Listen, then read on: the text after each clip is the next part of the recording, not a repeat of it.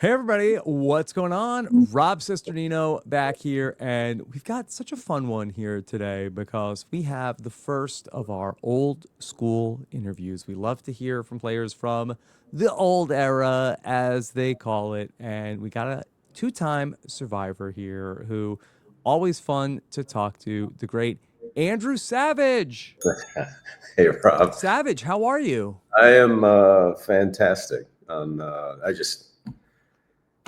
I'm living the dream, to be honest. I tell my friends if I complain about anything, they should punch me in the nose. I'm just living a blessed life. So I'm great. And thanks for asking me to join. I'm flattered. Yeah, very fun to talk to you. And I know you have not kept up with everything from the new era, but you did watch this first episode. So very eager to hear your thoughts on everything from the first episode. And, when I do these interviews with the alumni, we tend to not spend that much time breaking down the actual episode. We got tons of other podcasts that get into all the weeds with everything that's going on in the new season. So we may just go a little bit more all over the place, and I'm sure that's fine with you. Let's go. Yeah, let's Yeah. wherever you want to go. I'm in. Okay. So let me ask, you are Savage on the screen, like literally and figuratively. In your everyday life, what percentage of the time are you Andrew, and what percentage of the time are people calling you Savage? Fun question. So my wife calls me Savage. She has for 30 years, and it's fun because we'll be in the grocery store. Or she's at the other end of the aisle, and she'll say, "Savage, do we have this?" And Mm-hmm. we'll look around like, interesting. So when I'm at home, empty nesters now. So I'm always Savage at work. I'm Andrew, so I'm a lawyer, and Mm-hmm. so yeah, I'm Andrew. They don't call me Savage, although some of my close colleagues call me Savage. Yeah, well, it's such a great last name, and your background of coming up and being an athlete, I'm sure it was like a great name to have. But I'm telling you, if I had a lawyer that was Savage, that'd be great too. I would love that. Yeah, no, it was fun for sure. It looked great on the back of a jersey. Both my daughters, world-class athletes. They played college volleyball, and they had Savage on the back of their jersey. So that was pretty cool as well. Yeah, Yeah. and it just seems in the last handful of years that just the term Savage has taken off. Like Savage AF, you see all these T-shirts. Hmm. It's kind of every time I'm in the store, I pay with a card or something. I always get the comment, "Wow, super cool last name," or so it's cool. Yeah, that's interesting. Yeah, I hadn't thought about that, that it really did become like a more commonly Yeah. used word as time has gone on. Yeah, my daughters were like, "Daddy, you should get a royalty every time you see that T-shirt, Get Savage." some merch. Yeah, right. Hmm. Yeah. Stop All it right. too. So I am so curious to know your thoughts on somebody who has not really paid attention to too much of the new era. So it's actually very new to you coming in and looking at it. As I've been thinking about this all week, of this new format that Survivor has had. It's kind of like the same format that they've had for a while. Just thinking back to, they call it the new era, but this is season 9 of the new era for us. So this is like Vanuatu of the new Yeah, era for us. It's been with us for a while, yeah, but as somebody who hasn't paid super close attention to it, I'm really eager to hear your thoughts on what's changed since the last time you were regularly looking at Survivor. yeah. So much, Rob. And I watched, as you know, the first episode, and I haven't kept up the last season. So I saw the season before, which I thought was fantastic. 47. Yes, and Okay. my wife Steph and I were hooked, and the characters were just great characters, great gameplay. We loved it. Still thought it was a little short, to be honest, 26 Hmm. days. And the last one I watched was Winners of War, which was electrifying. So Yeah. the new format, I do because I'm old school. That's why I'm on your podcast. Yeah. I miss the 39 days. I think that's an essence of Survivor that's missing a little bit, but I'm okay with the 26 days. My initial impressions, first of all, is just the joy. Like most of all, the contestants on the show now are super fans, and it's a life dream of theirs. And they get on that first episode. the joy, the emotion, the tears, it's so meaningful, deeply meaningful to them. And that I just find that intoxicating and beautiful. So that's the first thing. So I remember Pearl Island season 7 showing up, and it was all business. Like we had not had 20 years dreaming of getting on Survivor, and you get on Survivor, you're like, holy crap, what did I sign up for? And it was unbelievably difficult. We didn't have this rapture, this joy, this deep, deep passion. It was almost an experiment back then. And so there's the first thing that jumped out at me is like how happy everyone is. It's just phenomenal, which is beautiful. Bring that to the and I also noticed the amount of clothes that they have is crazy. Yeah. And so the comfort level is, and I always thought, why starve all the survivors and just put them through absolute hell for 39 days? You actually would get a better production quality if you give them a little more comfort. And I think they've gone that route. And so I was just stunned by, back in Pearl Islands and Cambodia, you get the clothes on your back barely, and you're freezing. And you saw Fishback a couple times with the Hmm. monsoons coming in, and it's freezing. It was unbelievably difficult. And I didn't see that. Maybe I don't know, but they seem to have a lot of clothes and benefits, which is great. Not, I don't. I think that's a good thing. Keep the castaways somewhat comfortable, and it increases the joy that they have. And Yeah. so I do want to comment. I love how. So this isn't the eco challenge, right? You don't have all these buff people, and it shouldn't be. Survivor should be a reflection of American society, and that's what I see with LGBTQ. Just love the respect of everyone, and you don't have these world-class Division 1 athletes like back in the day, and I think that's beautiful. I love how the Probst and the production team has morphed to a more accurate reflection of American society, and I applaud that, and I deeply respect that, and I think it's just wonderful. Can you remember back to when you were in the Pearl Islands and the people that you played with that I feel like that the motivation of why people went on the show was a different motivation. And I'm sure it was a little bit more spread out across the board where it does seem like that universally that these players are just very excited to fulfill their dream of being on Survivor. But I feel like that the motivations that people came into the game back in the old days was very different across the board. Yes, yeah, it's a great point. Back then, it was not unusual for the motivation to be on the show to get famous. I mean, think Hmm. about that, right? We had 20 million people watching the show, and there are folks that literally became famous, went on to have lucrative careers in LA, and it was common for folks that weren't from California, weren't from LA, to get on the show and move to LA to get their big break in the television industry. And so that was a huge motive. And I was a lawyer. I am now, was back then. My motivation to go on the show was to test myself mentally and physically and to see how tough I was. And I also had the revelation that no one is going to give me $1 million if it's between me and someone that's more needing in terms of money. And so I really went to test myself. But there were folks back then on that season and prior seasons that just wanted to be on TV, wanted to be famous, and also wanted $1 million. Like that's fair motivation. Now, as I said earlier, that you touched on, it's this lifelong dream, and it also, Yeah. I love the stories of folks. Survivor used to be on Thursday, Survivor Thursday, and the whole family would get together. It's a family bonding thing, and they want to make their family proud, get on the #1 show that brought their whole family together, and all these beautiful bonding moments. And I think that's a really cool narrative as well.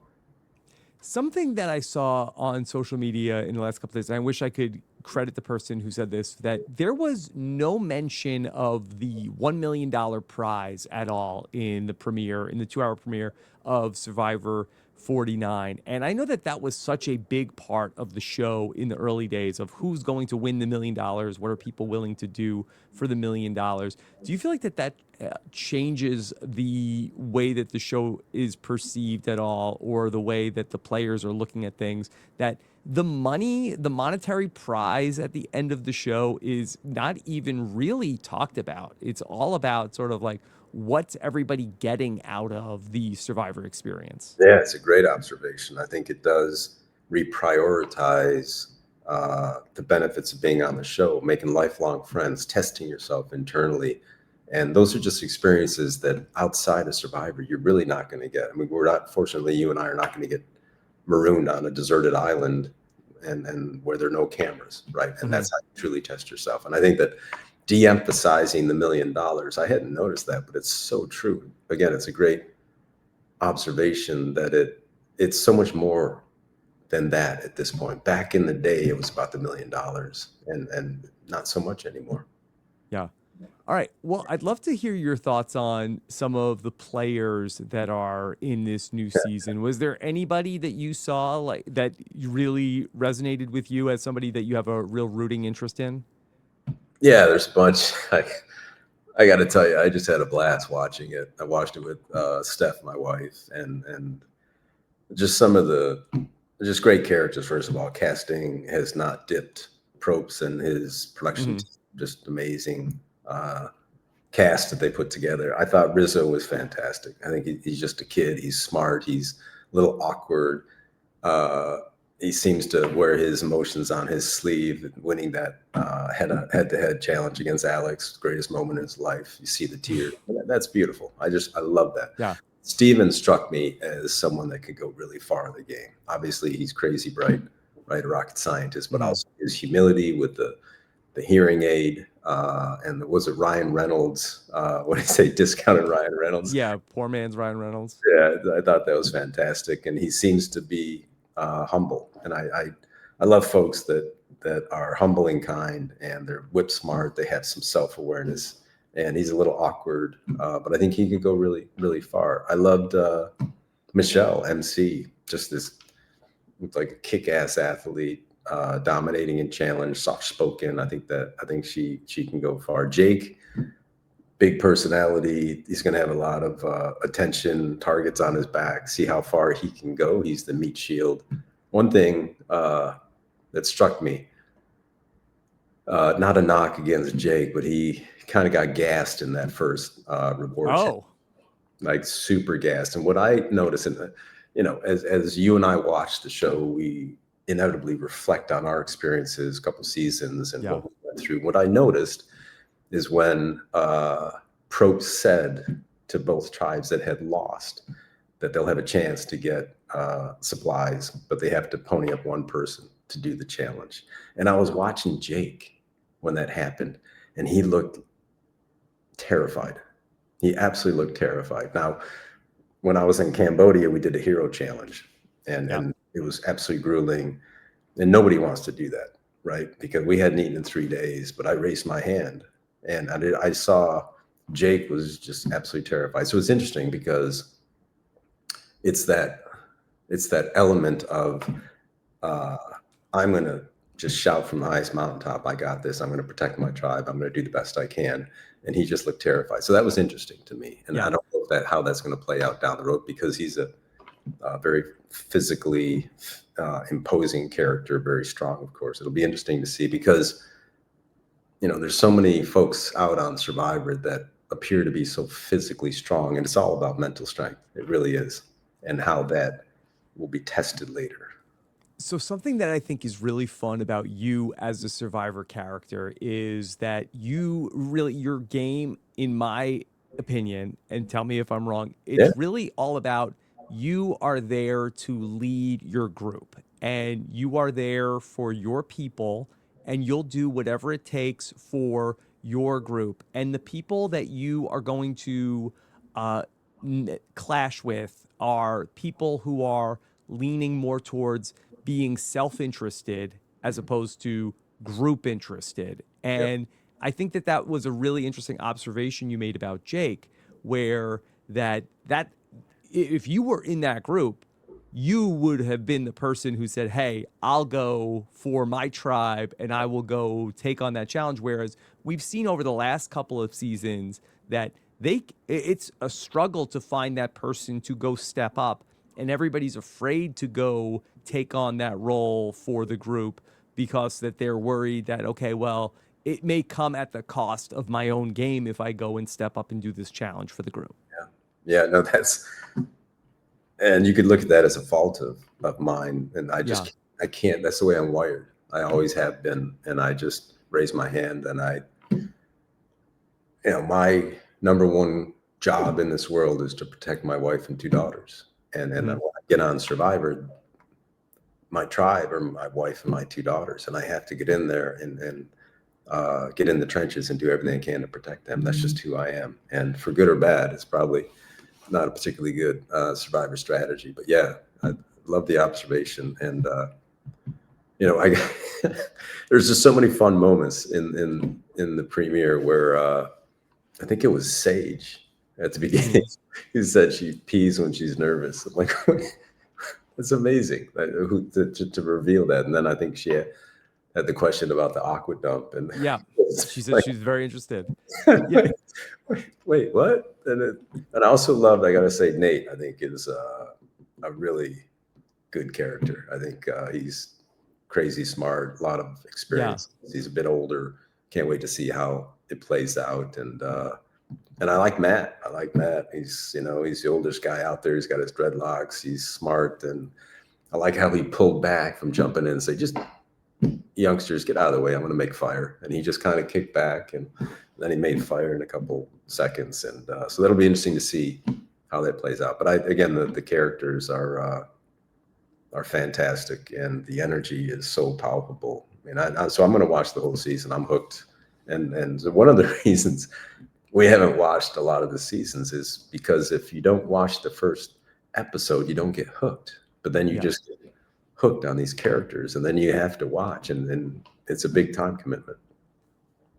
I do want to go back to this idea of you and your leadership style and how we don't really have that type of character anymore. And as I'm thinking about it, I really think that because of the way that the show is formatted in this, that it's always three tribes, it's always a group of six.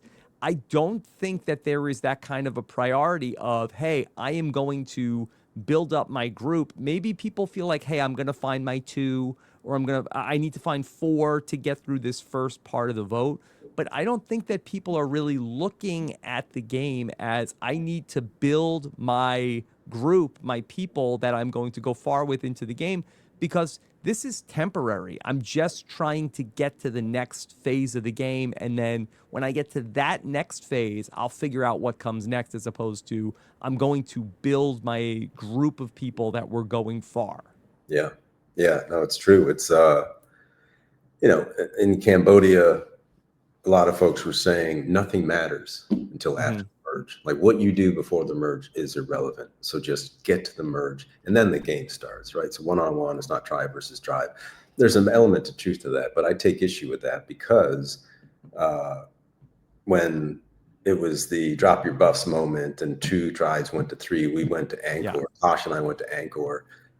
The dividends that building the Bion alliances were huge, because at some point we're all going to be back together. And that was Tosh and my play to get PG and Varner on their back heels saying, you better be nice to us because this is short term. We're going to be back together. And our Bion folks are going to lop your head off. So you better be damn nice to us. And it worked. That's how we got Abby Maria to flip and to Hmm. decimate the Anchors. And so yes, what you're saying. So, and I do believe that for the most part, what you do before the merge is not that relevant, but you have to plant those seeds. You have to have those relationships, because at the end of the day, after the merge, those relationships matter to some extent, assuming not everyone is sociopathic. Like there are folks that actually have a Yeah. heart, and they have some allegiance, But I think in the way that the game is now and the way that it's set up, that really those pre-merge bonds don't matter that much right? anymore. And I think that everybody like kind of looks at it as this is transitory of, yeah, we're together now, but I just need to, get my people together to get through this period of the game. And then it's so individual from Yeah, all the parts after this that people, even we've seen a lot in the new era, is that I have to get rid of my closest person because yeah, I need to make it be something that the jury will see, as I'm willing to get out my number one ally in order to, put points on the board. Yeah, that's hard for me. That's hard Yeah. for me. And I had long conversations with my wife and kids before Cambodia, and they're pleading with me to stop being so damn loyal, right? And I Mhm. think that's just who I am, and I can't help it, Rob. I can't help it but be Yeah.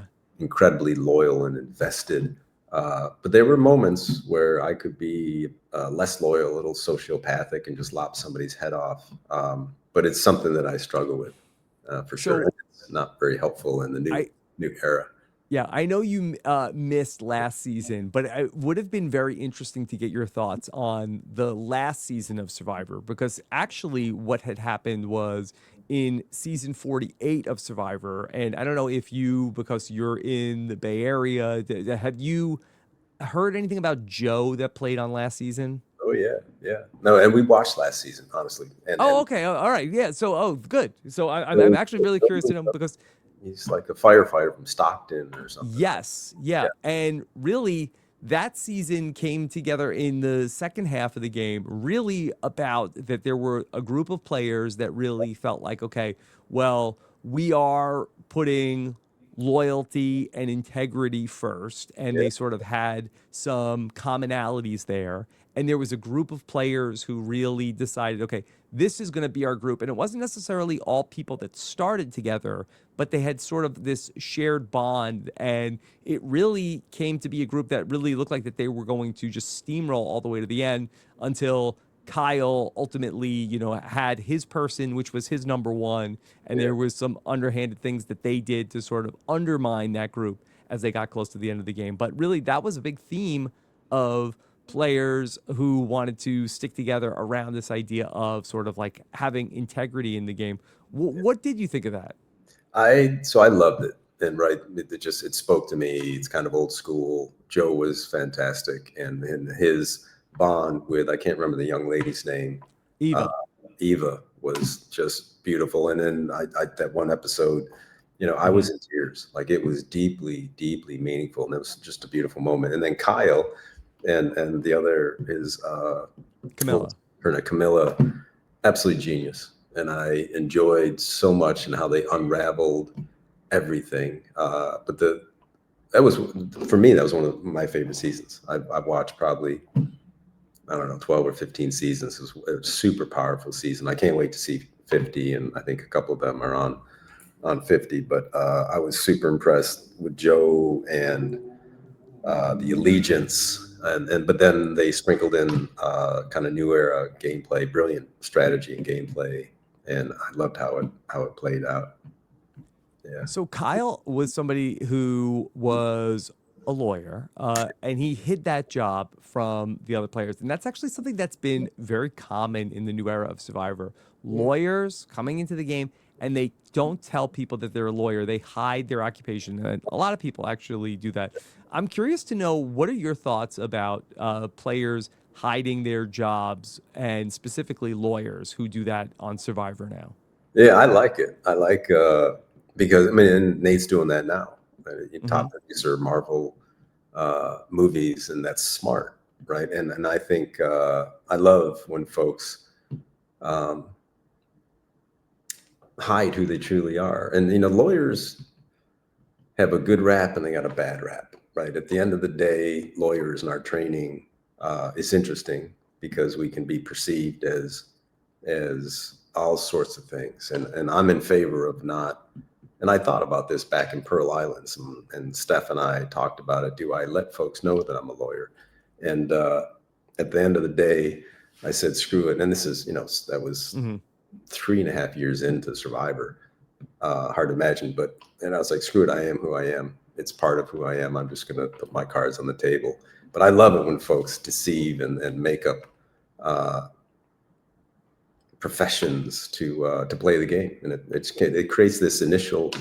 strategy mindset that they're going to have to build this whole character, and then see if they can maintain that when they're vulnerable. Now, I would have thought that you would have been against the idea because I feel like that it's something that holds people back from being able to be more authentic in their true selves and making bonds with other players. Do you feel like that sometimes there's more of a cost to hiding a part of yourself as opposed to, yeah, maybe people will vote me out because I'm a lawyer, but maybe there's more to lose by not being myself? I do. I think there's a cost. I think there's a genuineness. And I think when you're in that element, and you know as well as anyone, it's about being genuine and building those relationships and reflecting on who you are and letting folks see into your soul. And part of my soul is I'm a lawyer of 36 years. And if I don't have that, if I've said I'm a hairdresser or whatever it is, then you can't go that deep, and I can't share the deep soul of Savage. And so you do. But it also, I love, if you're clever enough, and if you're a brilliant strategist and you can play this out and you can make up, like Coach, just make up all sorts of crazy stories and remember them and be consistent when you're sleep deprived and dehydrated and missing home. You can reflect and still play into that character. That's genius if you can pull it off. So I was so happy when I was watching the premiere the other night because I knew I was talking to you, and there was a moment where your season came up that Jeff was talking on the mat to Steven about Steven, and I'll let Jeff ask the question. Steven, talk to me about the moment you decided I'm going to dedicate myself to getting on Survivor. 100%. So my journey began with the Pearl Islands, when I first saw all of the different contestants from all different walks of life, and they were so vulnerable.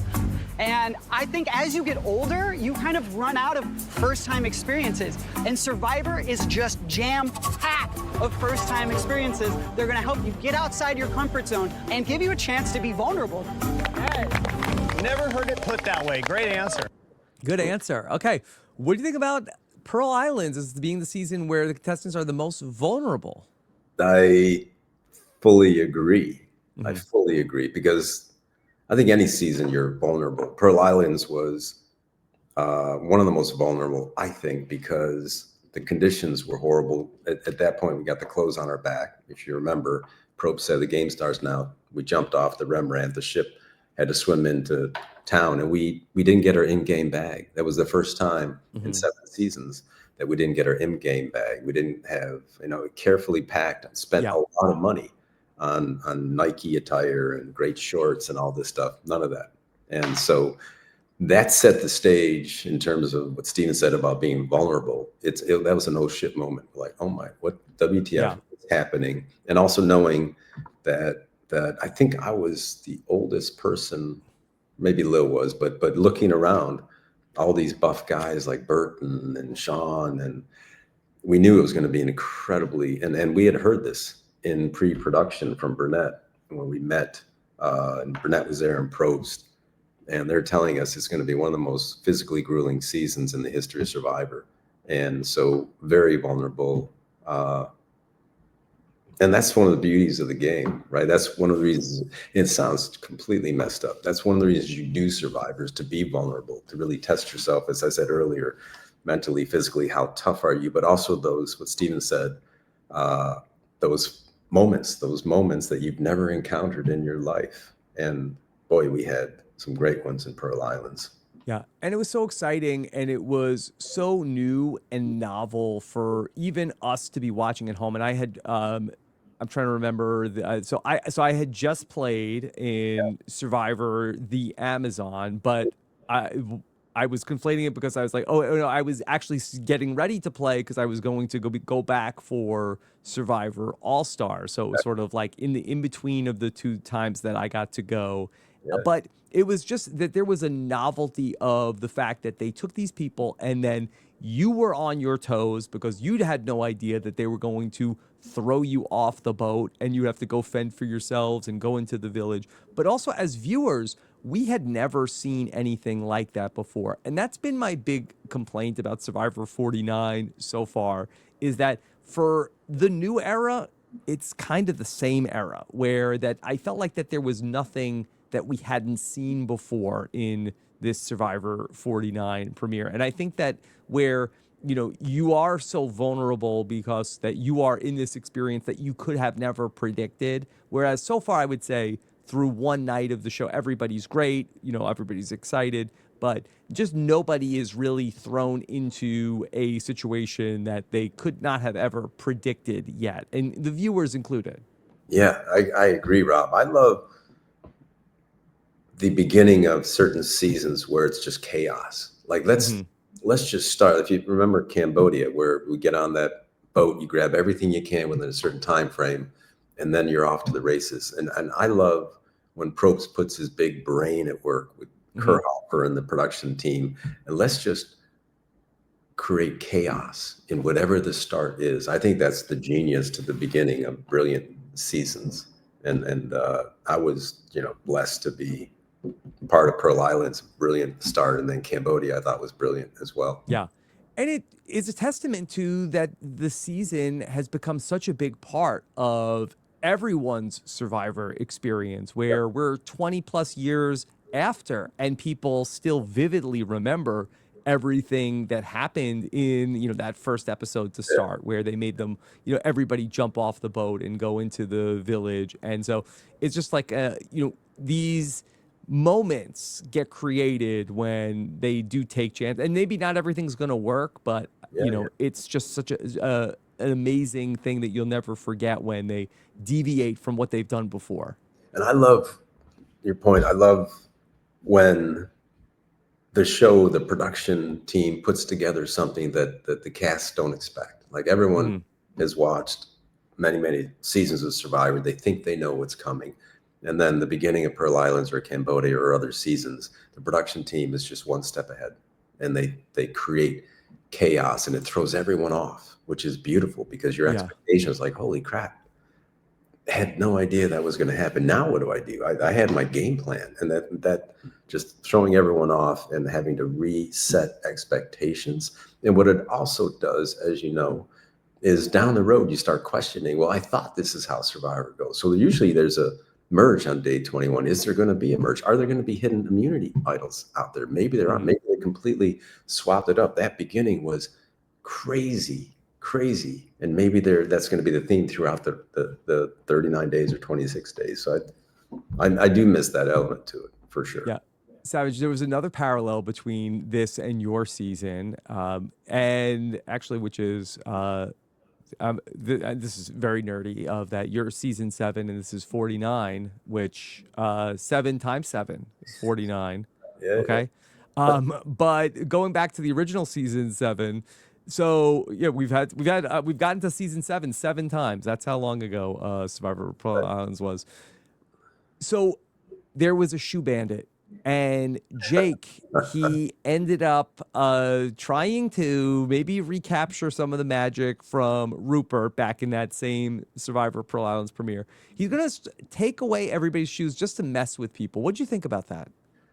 A couple of reactions. First of all, I did think about Rupert. So those shoes that he took, those were my $500 orthotic inserts to my shoes, because I have unusually high arches. And so Rupert took those. Thanks, Rupert. Yeah, thanks. And so I didn't have those. My feet hurt the whole time. Then he said, "No, don't worry, Savage. I'll get you a new pair afterwards." And guess what? He never did. Even after they gave him $1 million? Yes. Even after they gave him, he didn't he didn't replace the $500 orthotics. Anyway, it doesn't matter. I thought what Jake did was fun. I thought it was clever in terms of he wants to be remembered. Yeah. Right. And if you want to be remembered, and as you know, 1% of what happens on a season actually makes the show. And if you want to make sure that you get some airtime, do that.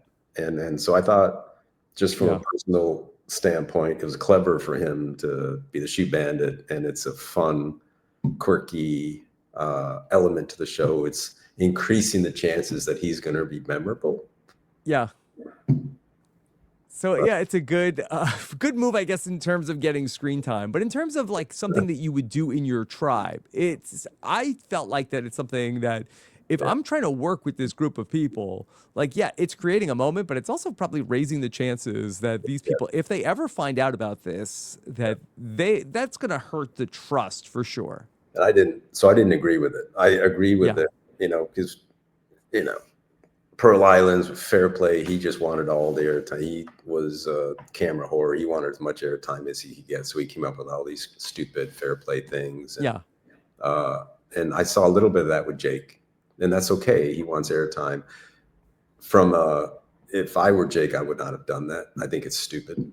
And if he at some point, I would think if they're reasonably bright, they're going to figure it out, and they're going to look back at that and say, that was dumb. I can't trust him. And why would you do that? Because you know how it is on Survivor. If you can't find your shoe, a shoe is incredibly valuable asset. And you can't find it for 4 or 5 hours, creates anxiety. And like, what the F? Where's my shoe? And then you find out that this knucklehead is orchestrating the whole thing for airtime. That's the way I would look at it. Yeah. Dude, not smart. Okay. Another parallel between your season and this season. Okay.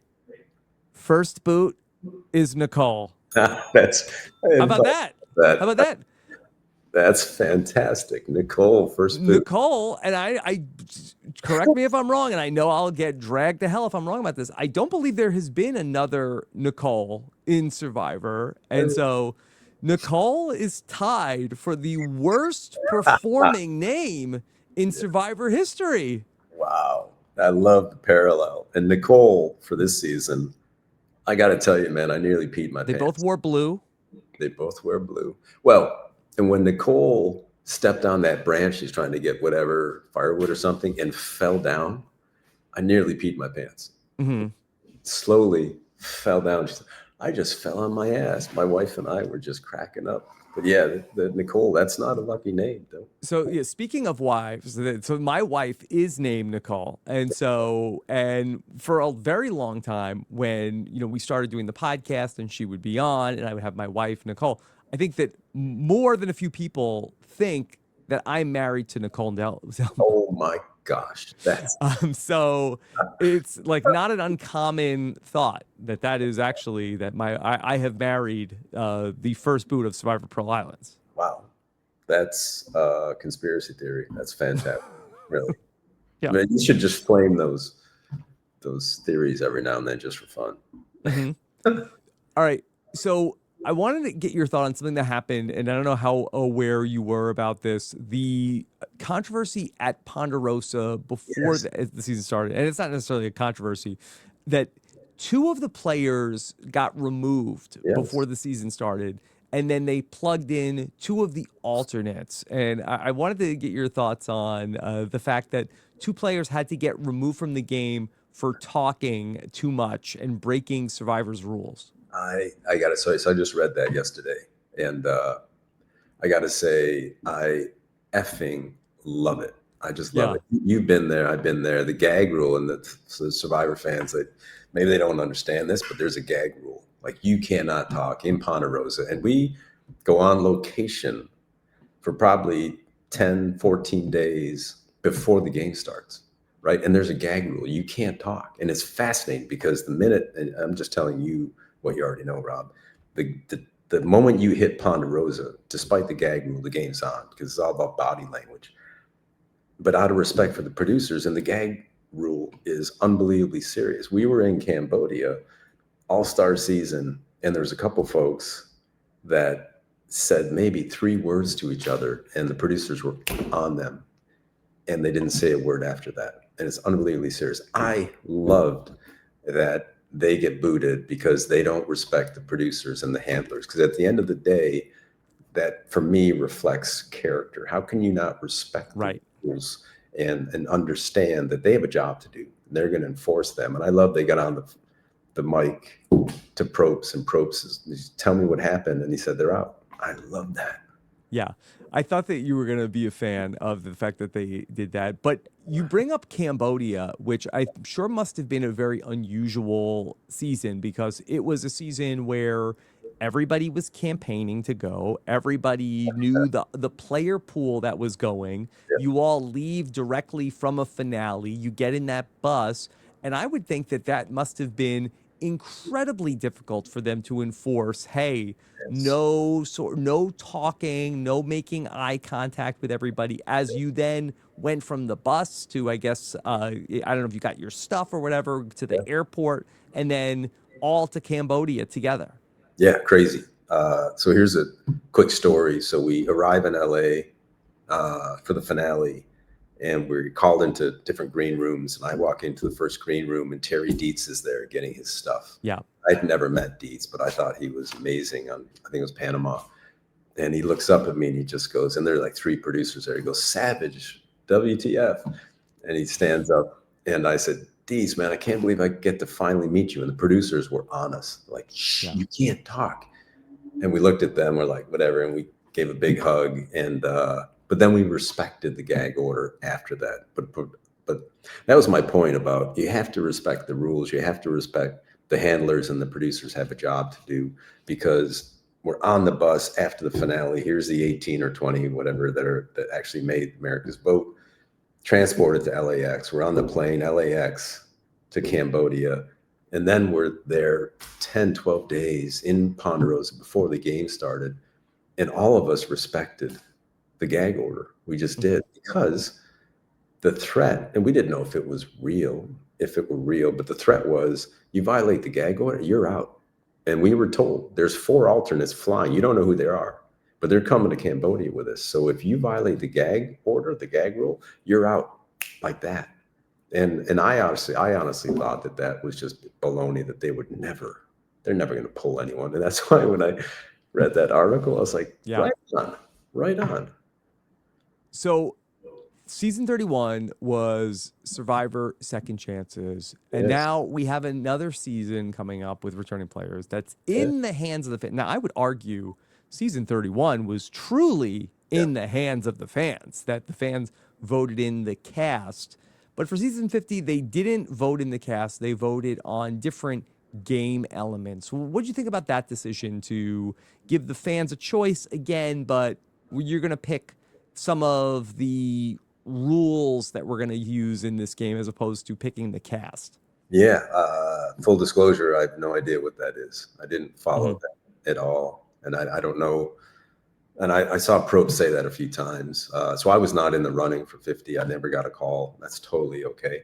But because of that, I didn't follow America's voting for whatever. I don't know. Were they voting for advantages? Or? Yeah, they got to vote for how many advantages should there be? What should the colors of the different tribes be? You know, should there be a live reunion show?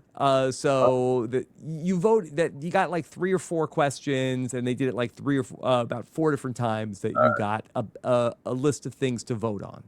I think that's fine. I don't think it really impacts anything. I like getting the super fans involved, but I love the notion of letting the super fans pick who they want with a vote. I think that's brilliant. I'm surprised they haven't done it again. Maybe they'll do it down the road. It was such a sensation. It was so popular, and I don't know why they didn't do it. I would have bet anything if you asked me when did you all play? Was it May of 2015? Yeah. That I would have bet anything. Well, Survivor is going to probably do this every other year. They'll do this again. It was such a hit. And they never did it again.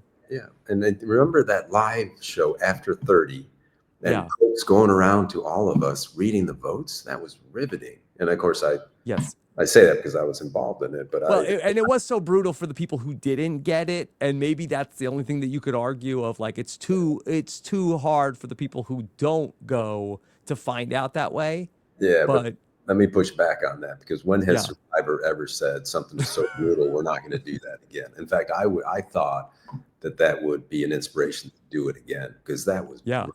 And I think Survivor loves that. And also, you know what we sign up for. We put ourselves out there. We sign up for that. I think that's a positive. That's why I would do it. I would let America vote again. I thought it was brilliant. Yeah, I'm surprised that they didn't end up doing it all this time, and it never even came up again. But ultimately, so that's what they're going to do for Survivor 50. Had you seen the cast of people that they took for Survivor 50? I did. There's some surprises there. I'm going to watch it. It'll be super fun. and I was actually going to flip that on you and ask your reaction to the Yeah, cast. sure. There's a bunch of them I don't know from kind of new school, but Colby surprised me, and so there's a bunch of folks. Okay, well, talk that through. What was surprising about Colby being selected? Well, uh, it just I don't remember him doing so. He was absolutely dazzling, Sure. Australia, and I don't. He just I don't know what he's bringing to the table. Yeah. For this. I don't. And you know, I've hung out with Colby. He's a cool guy. We played cards together over Probst's house, and Yeah. he's like a cool guy. But I just didn't see that 50 is a big deal, right? 50 is a 50 is a big big deal, deal. and he representing kind of old school Survivor. Hmm. That just it surprised me, and you Yeah. know, I don't know who I would have put in instead of him, but it did surprise me So that. from, I guess, what I've heard anecdotally is that he last played in Survivor Heroes versus Villains, and I think that he was disappointed with how it went on Heroes versus Villains, and maybe doesn't like that being the last thing that people have seen from him, and so he is wanting to prove that okay, he actually that's not how you should remember him. Yeah, that's cool. I just don't know from a Hmm. producer's standpoint I hear you. if that carries enough. I don't know because I wouldn't look at you know, sorry Colby, you know, you're gonna have to live with that. You got your Hmm. butt kicked, and so that's your legacy. I don't know, but you Yeah. know, but also you know maybe uh, that's a reason he should be on 50. He's going to come in, and we're going to see the old Colby, and he's going to light it up. And if he's you know the Colby from Australia, which you know he's older now, but if you see that element, Yeah. that'll be really cool. And to give you my thoughts on it, and I talked about this a lot when they announced the cast, I had thought that there's definitely a lot of people that I was excited to see. And I didn't have as much of an issue with Colby per se. I had more of an issue with that. I felt like that we leaned too much on bringing back people from recent history. And I felt like that what they could have done, much like they did with the second chances, is that none of these people are going anywhere. Yeah, You could have easily done Survivor 54 is another second chances, and any of these yeah, people from the last couple of years you sure. wanted to see that there's plenty of time to bring some of them back. And I think that like hindsight is 2020, that you probably should have done that somewhere in the last couple of years, have done a second chances and bring back some of these people from recent history that you wanted to see again. Yeah, But for 50 being the celebration of 25 years of the show, I yes, felt like that it should have been a little bit more of like, who are the people that we could bring back that maybe we don't have another opportunity to ever see them again.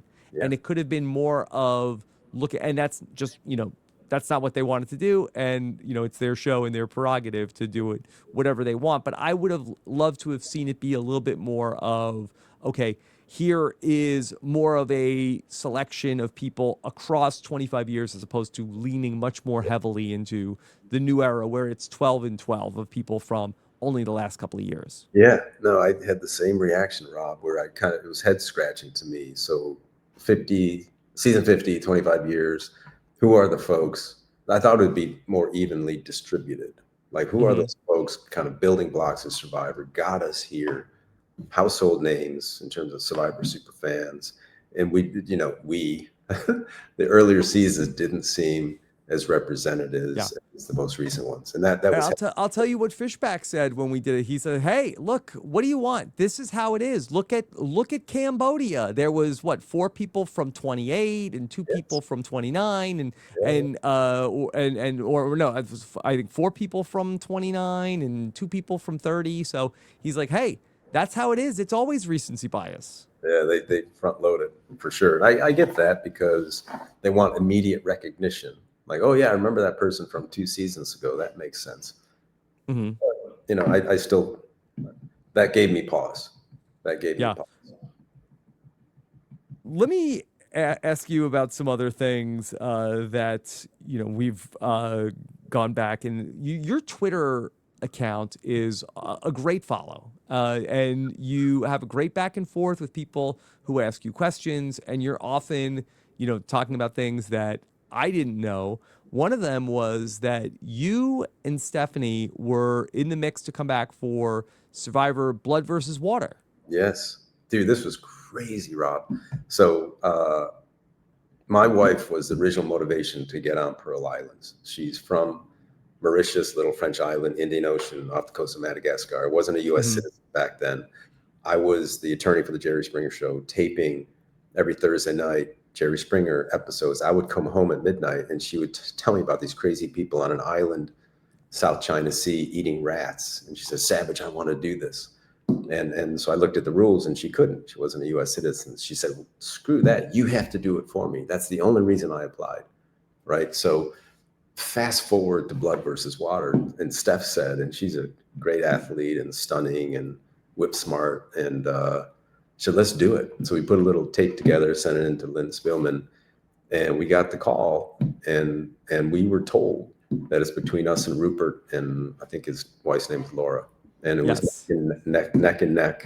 And then we got the call saying Rupert and the producers, or Probst and Burnett, whatever, they want Rupert again. So they made we got bumped out. But dude, we were so close. And that would have been just a kick in the pants. And I think it would have been epic, because my wife is, I'll tell you another story. You want to hear another story? Yes, please. So, I don't know if I'm supposed to tell this. And I sat with Stephanie and your family during the Cambodia finale. Oh yeah, exactly. No, and she says hi. So there was many seasons ago. So a lot of folks know Probst and I, close friends. And there was a season where we went on location to hang out with Probst. And so we get there. This is San Juan del Sur, Nicaragua. Okay. And Probst has this amazing 5-bedroom beach house, and we're hanging out for a week and going to challenges, and Boston Rob was on that season. Anyway, we get there, we take the red eye, and it's not easy to get there. We're in El Salvador. We finally get there and haven't had any sleep. And Probst says, Steph, put on these boots. We're going to a challenge, to rehearse a challenge. And we're like, okay, let's go. So we get to the challenge, and Probst swaps out a dream teamer for Steph. Okay. It's unbelievably physical challenge, doing 3 stages where you got to go under a rope and all this stuff. And she won, and it's a dry rehearsal, right? So they filmed the whole thing, and she's against these dream teamers, and she won the whole damn thing. And we were like, it was amazing, without any sleep. And she was just nails, and she comes, she's all cut up, and it was amazing. Anyway, so that planted the seed that Steph would be amazing on Survivor. So we applied for Blood versus Water, and we just missed it. And that's the, that's Rupert, like big personality. I didn't have any illusions that Savage was going to unseat Rupert and his wife, but we had a shot, and unfortunately it didn't play out. Okay, so Survivor is such a big part of your family, and there's so much love for Survivor. And so I know that now that your daughters are old enough to potentially be on the show, has that conversation ever been had in your house, whether they want to do it? Here's a fun conversation. Cambodia RHAP party afterwards. The executive producer, Probst executive producer, but the other executive producer and his lieutenant come up to me, and I'm with Mackenzie, my older daughter, who is stunning and a Division I athlete. She's a deputy district attorney now, lead prosecutor, felony division up here in Contra Costa County, Northern California. Anyway, back then, I'm with her, and the executive producer came up to me and said, hey, Savage, how are you? And who's this? And I said, it's my daughter, Mackenzie. And he went all in for 5 minutes. Mackenzie, would you play Survivor? Like, tell me seriously, we want you on the show. So he planted that seed. And both daughters, Skylar, just took the California bar exam. She's brilliant. She's 3 times smarter than I am, and just went to graduate UCLA Law School. Both of them are stunning, and have asked me if I would let them play. And my only reaction was, and still is, you can absolutely go on Survivor after you pass the California bar. That was it. So now they're grown-ass women. They want to go on the show. They can go on the show. But I also tell them the realities of going on the show and program to make sure that their motivation is the right motivation. It's not to be famous. It's to test yourself. No one's ever going to give you the $1 million unless you're super lucky. But the chance of winning $1 million, you shouldn't go on the show to win $1 million. You should go on the show for the experience. And so we'll see how that plays out. I know they would be brilliant on the show. I'm a little hesitant knowing how tough that show is. It does seem like that as the show, if it continues to, have success and stay on the air for long enough, like that does seem like such a slam dunk season to do. Survivor Generations, where it's like the offspring of the different survivors that you remember over the years. Yeah.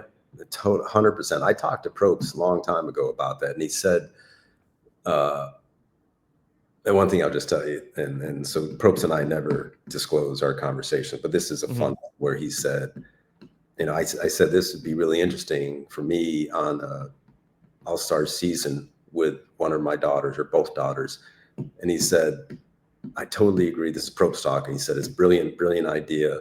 We would do it in a second. But you have to understand that prior survivors don't have your daughters. Like, your daughters are stunning and athletic. We just don't have the folks to be able to put together an entire season. Otherwise, we would in a second. It sounds arrogant, but anyway. Yeah. I do think that there's enough people, 750 survivors. Like, I think that they could put it together at some point. For sure. Now, this was probably 10 years ago. I mean, now for sure, Rob. I think and the kids are getting older, and people that had little kids are now like, sure that how many people had, kids that were of age to do it at that point in time, but now, they're more and more aging into it. So I think they could do it. I agree. Let me go back to your origin story on Survivor. And I hope you're okay if I bring this up, that recently it had been posted on YouTube. They got a hold of your Survivor audition video. Are you okay if I bring this up? Of course, yeah. Okay. All right. And when I say bring this up, I mean it literally. And that can we play a little bit of this? Do you remember this? I remember that vividly, yes. Okay. All right. Here's Andrew Savage. And so your season is on, so it's the fall of 2003. This must have been maybe earlier that year? Yeah. Exactly. Okay. All right. Here's what Andrew Savage told the producers. This was from All Winners Survivor, posted this. For the last 10 years, I've been knocking heads and going toe-to-toe with rugby players all over the world, from Hawaii to Japan. In high school, I was captain of the football, basketball, and tennis team, and I went on to play college football. Let's take down a guy. I've lived and traveled all over the world, from New York to Africa. I've been whitewater rafting in Bali, Indonesia, and recently went skydiving in Mauritius in the Indian Ocean. I'm a gifted athlete. I'm physically and mentally tough as nails.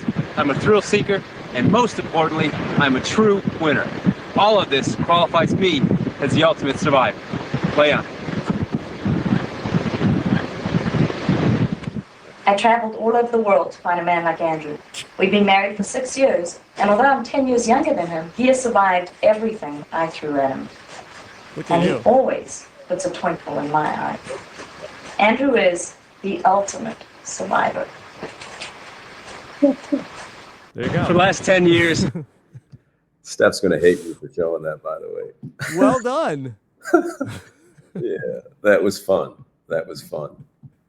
Yeah. So I'm interested to know, how did you get started in rugby as that being your calling card? Yeah. College football. And after that, law school. I just wanted that physical release. And so my law school had a rugby team. And the fun thing about the law school rugby team is there's a bunch of Division I former football players. One played for Michigan, one played for just amazing schools, and they all wanted this release, this athletic sort of release. So we all got together, started playing rugby, and we would go and play these top teams. And everyone would laugh at us before, saying, I can't believe we're going to play a law school team. And then we would knock them out. Like we had these just wrecking crew players, and we actually knew how to play rugby. So that started the whole thing. And then from there, after law school, played in, I was a lawyer in Hawaii. We had amazing Hawaii Harlequins, amazing team. And then from there, moved to Chicago, played for the Chicago Lions, top 5 rugby team. And, you know, in Hawaii, we went to, that was the comment about Japan. We were invited, we won state in Hawaii. We were invited to go play all the professional teams in Japan. And then in Chicago, again, top 5 in the country, just amazing. And it's just amazing sport, a young person's sport. And it's also, what we said earlier, it's a family. Like you go on the rugby pitch, rugby field with your teammates, and you'll do anything to protect them. And it's just kind of how I'm wired, and loved it. You mentioned earlier about when you met your wife that you were working as a lawyer for the Jerry Springer show, and you were in the Jerry Springer documentary recently. Yes, I was. I'm sure that that whole experience could be its own podcast that could be a couple hours long. Yes, I could. Rob, you and I can have a glass of wine together. I will tell you stories that would just, the hair on the back of your neck would stand up. I was the first lawyer for the Jerry Springer show. Yeah. And I was brought in to clean up the show, and the Springer show was beating Oprah in the daytime ratings. Sad to say, but we were, but we're also violating all sorts of FCC rules and regulations. So I was brought in to clean up the show, and the stuff that I did was groundbreaking and crazy, like the crazy stories that I have. Yeah, but and I was, you know, Jerry gets subpoenaed. What you saw when I appeared with him, Alderman Burke in Chicago, he was subpoenaed to testify under oath that the fights in the Jerry Springer show were staged. Yeah. And so there's a catch-22 because Alderman Burke claimed that the off-duty Chicago police officers, if the fights are staged, then they can't be, because that's a violation of reality show rules under the Federal Communications Commission. And if they're real fights, then the Chicago police officers are violating their duty by not arresting the assaults and the batteries, arresting the folks, contestants fighting, because it's a violation of law, so they should be fired. So I go with Jerry in a bunch of preparation to testify under oath, and it's a catch-22. Somebody's going to get in trouble. And it's also, if it's an FCC violation, then the network, CBS, risks having their license revoked, and we're talking billions of dollars. So all just the highest stakes, and Jerry was brilliant. And he just testified in a very Jerry way. The fights look real to me. And then, you know, we prepared. So the explanation was the fights were, first of all, the fights were completely real.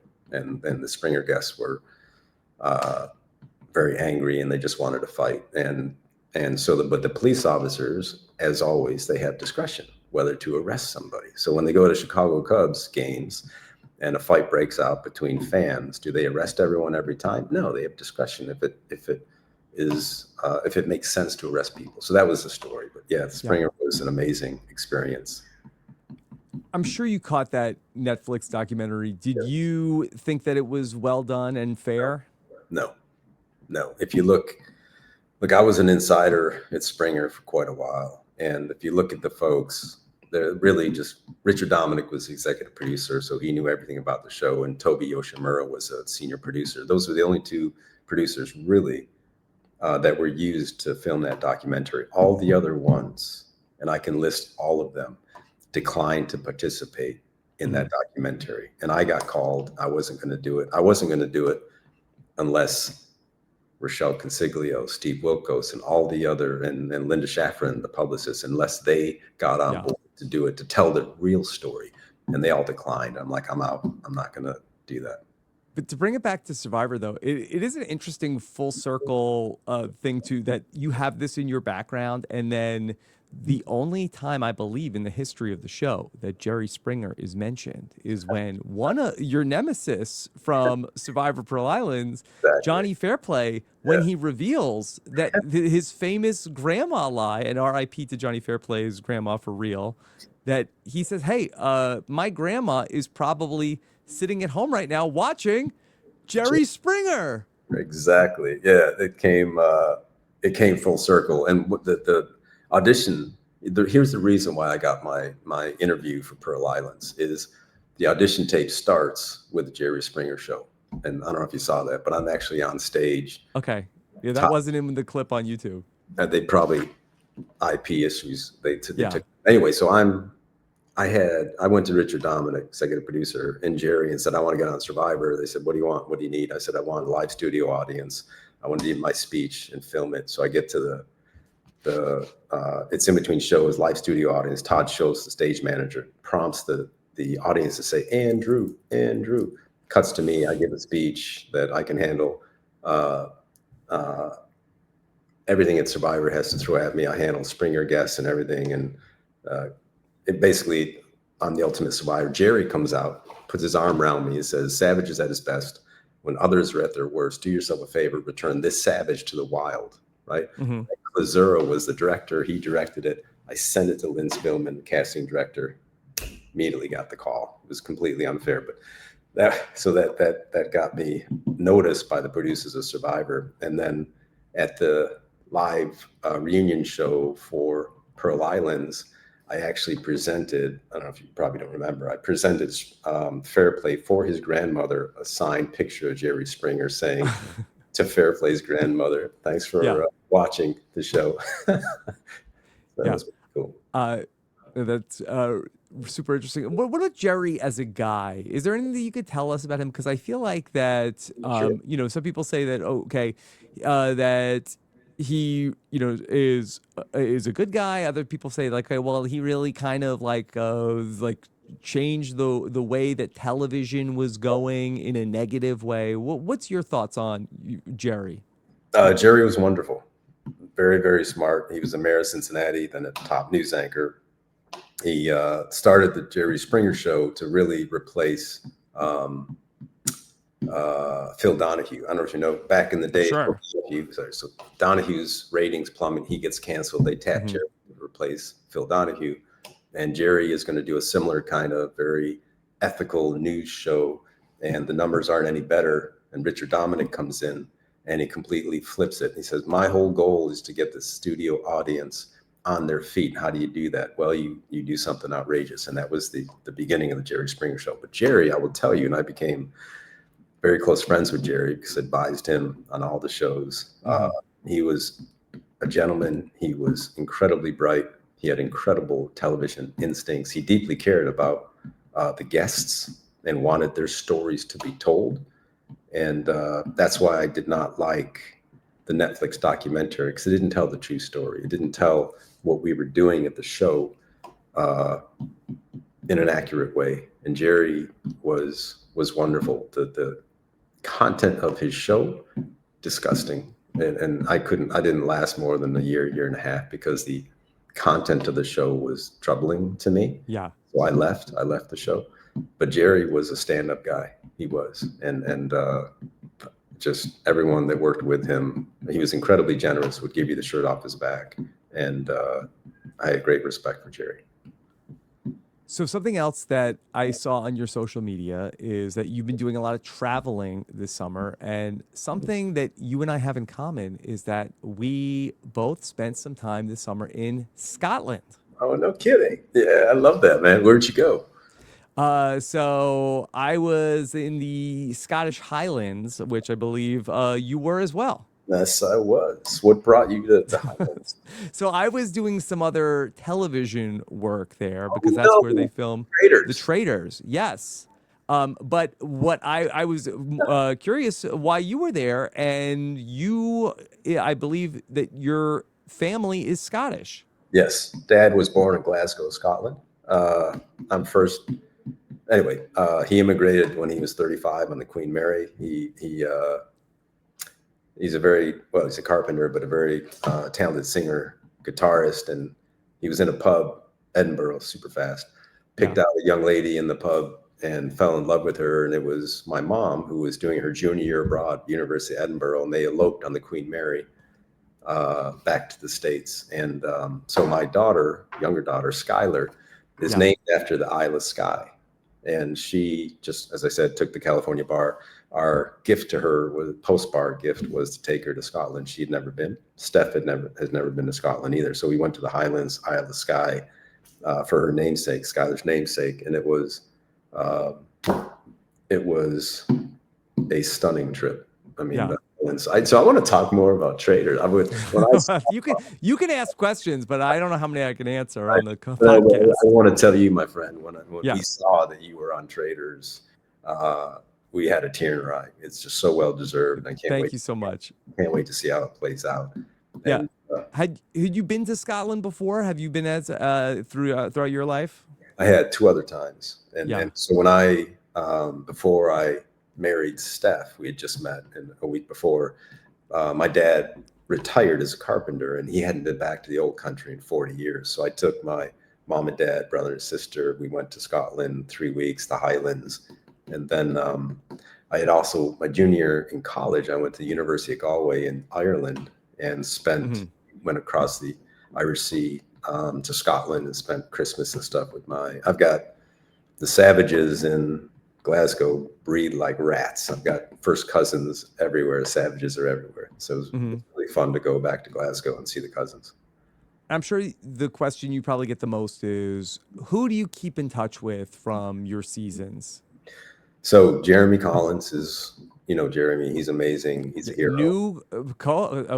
Former trader, and then, or former member of the Traders. And then also that he just got added to the Survivor On Fire podcast with Jeff.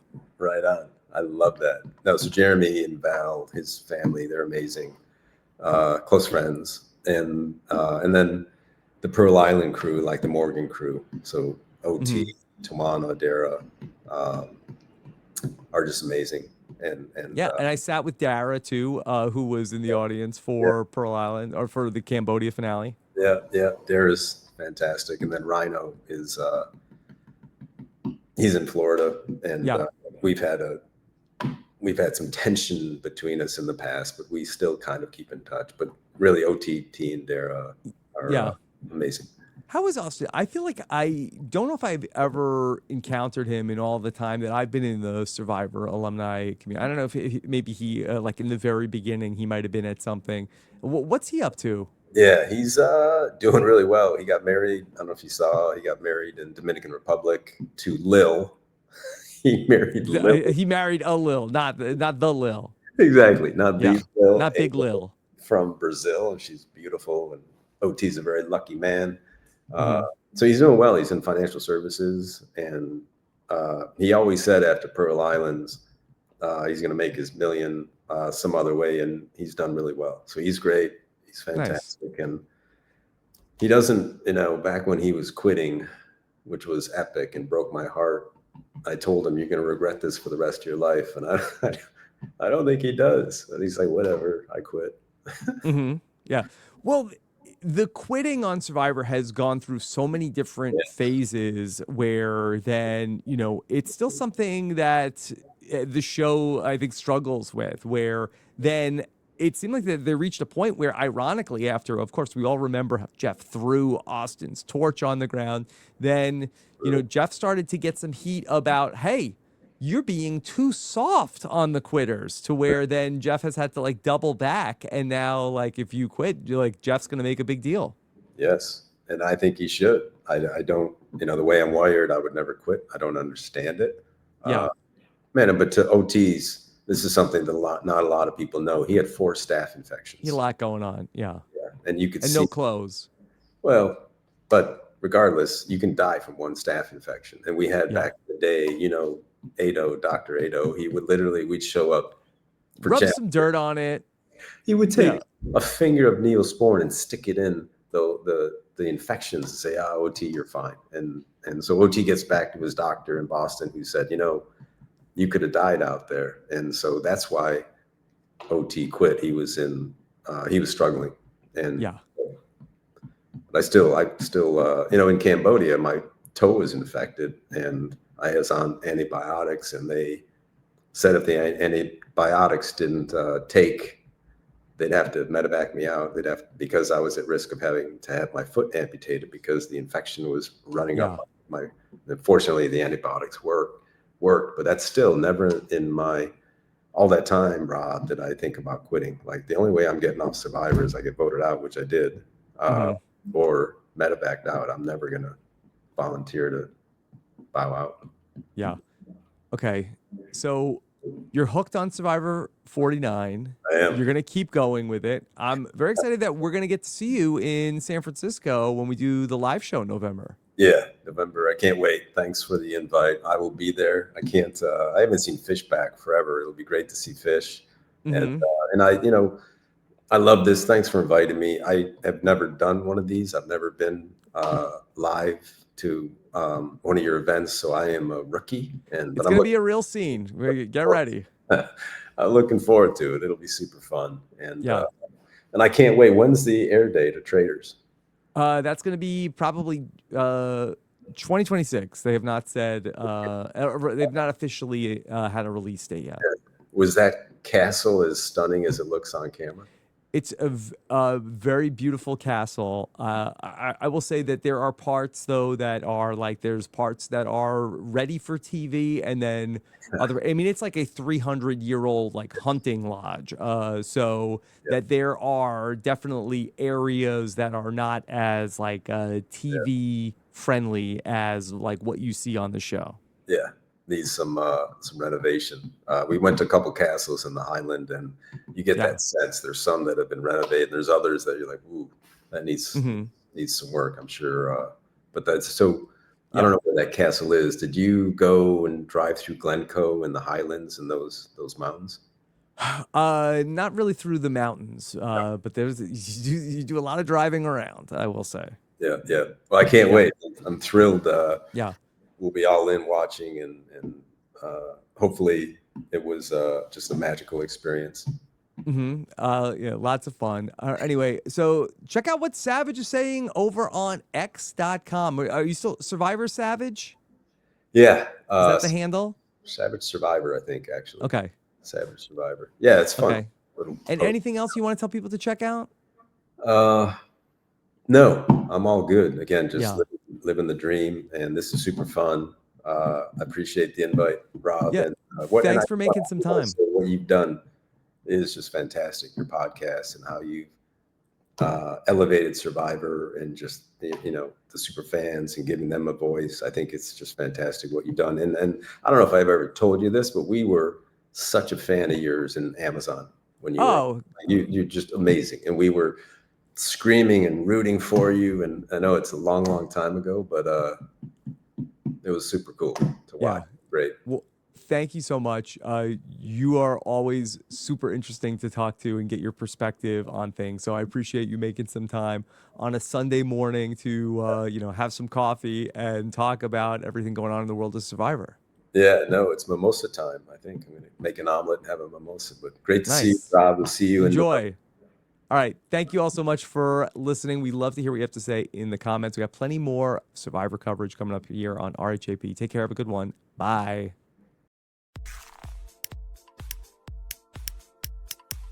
This is RHAP. We know reality TV.